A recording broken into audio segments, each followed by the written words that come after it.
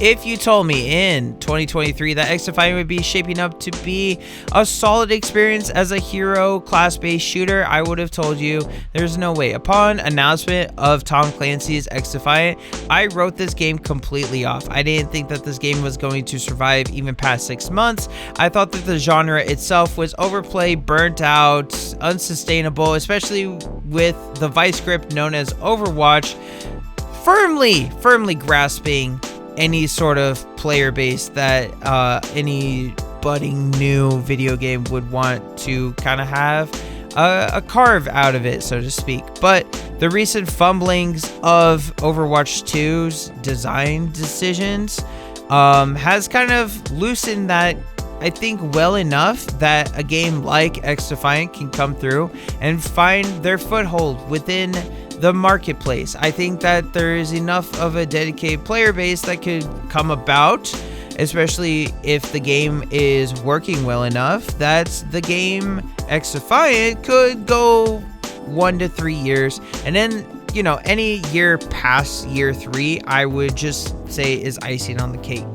I have played since closed alpha, and with the most recent open beta that happened, let me just say that this game has definitely come a long way and feels really good.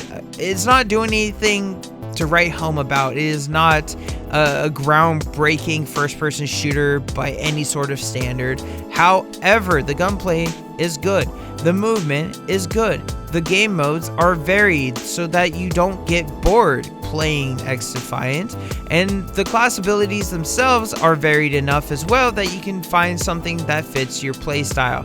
Do you want to be a medic? We have medics. Do you want to be an area control kind of person? We have that in the form of cleaners and all the fire that they bring. Do you want to do some kooky stuff and like hack and take over enemy fortresses and stuff like that? We have that with DedSec. I'm so glad that they dropped the Tom Clancy moniker, because it has opened the possibilities of Ubisoft itself to encourage more of their properties to make their way into XDefiant, along with Ghost Recon, Splinter Cell, and The Division, all Tom Clancy affiliated projects. We have Far Cry, and now we have Watch Dogs. In the future, who knows what we'll get. I highly doubt we'll get an Assassin's Creed one, but it would be kind of funny to get Assassin's Creed.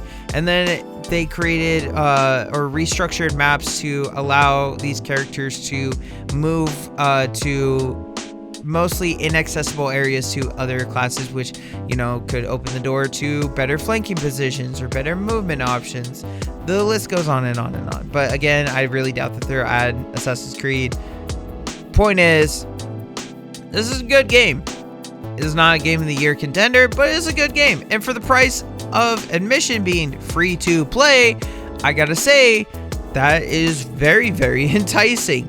I think that overall, they have come a long way. They have done something that is good. It is not great, but I could definitely see myself sitting down and playing hours at a time for multiple play sessions.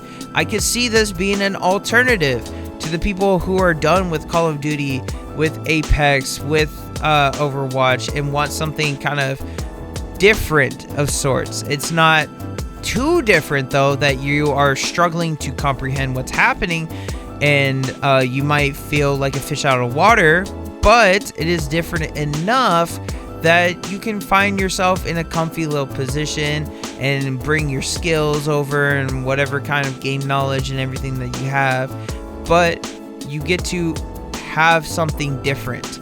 It's like, in a sense, getting something that is like I want to say like ice cream, like getting like a Neapolitan ice cream of sorts. It's got chocolate, vanilla, strawberry, and yeah, maybe like you've never had strawberry before, but you had vanilla, you had chocolate, so it's enough of a difference that you could be like, let me try the strawberry ice cream with the chocolate ice cream together. Oh, what a wonderful combination. That's basically what XDefiant is. There's a little bit of everything that you can find within the game itself that you can kind of latch onto. There's enough weaponry to go around. There's enough gadgets. There's enough utility in the form of like grenades and mines and stuff. Again, the movement is actually kind of fun. There's sliding, there's bee hopping for the for the most part. There's vaulting. If you watch high level XDefiant, these people look like they are on a sugar rush. They are sprinting around the map, and it is very difficult to keep up with them. I should know, I played against somebody whose movement was exceptional in the game, and the only reason why I was even able to keep up with them is that it was kind of like map knowledge in a sense, where I was just being able to catch them in the crossfire, catch them on flanks. But I know if they had the kind of map knowledge in a sense that I was like picking up naturally through playing the game, that they would have ran right through me and my entire team, and it would have been a total wash. So if you're really cracked at movement, XDefiant might be a good alternative for you as well. There's a couple things that irk me about this game though, and one of them is the ult economy that exists. If you've ever played like Overwatch, or even if you played something like League of Legends, you know about the ultimate abilities. Overwatch, when you swapped characters before, would zero out the ultimate meter. Like, you would completely build a meter up, and then if you swapped characters, it would zero it out. That was something that the community did not like.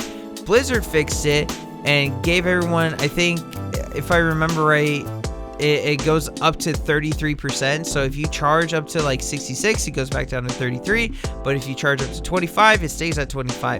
And XDefiant doesn't do that. It zeroes out.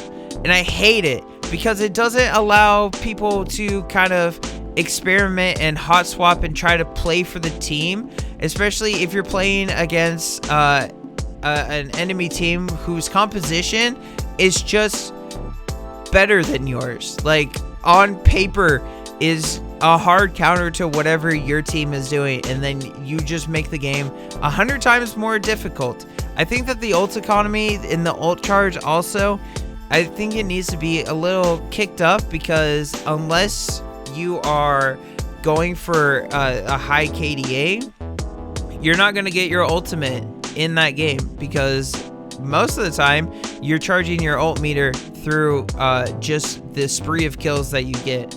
So if we could just get that kicked up a little bit so that we can see more ultimate abilities being thrown out and kind of swinging the game back and forth, or if we could get it out of, like, I don't know, carrying the payload, staying on the capture point, assists, dealing damage, etc., kind of like Overwatch, then I think that we have something good on our hands, Ubisoft. Also, again, this game, like I said, isn't doing anything spectacular, and unfortunately, part of that is the cast of characters for the classes represented are generic. They're generic DedSec, generic cleaners, generic everything. And so what happens is that, like, none of these characters are interesting, and they don't kind of click with me. Like, they don't, my brain just kind of like, oh, whatever kind of thing. And that is a huge deterrent to playing your game, especially if it's a game that is heavily represented by your properties. Why is Sam Fisher not in this? Why is Voss from Far Cry not in this?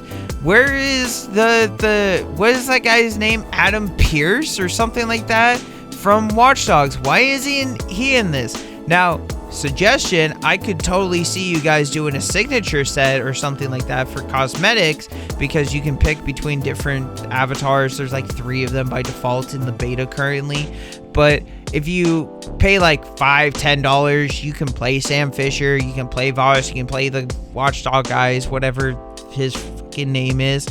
But again, like, I would totally want to see that, and I don't think they're gonna do it, and that's a mark against them. I'm sorry, that's just gonna be a mark against them, because I want to have that kind of like, oh wow, look, it's that person from that game. Especially if you're doing this, Ubisoft, this whole like, look at these people from Far Cry, look at these people from Watch Dogs, And in the future, maybe we get more Ubisoft properties. Maybe we get more characters from these properties as well. Like, instead of having the Far Cry people be only medics, why not have them more in line with like being demolitionists, right? So how do you represent that? How do you do all of that?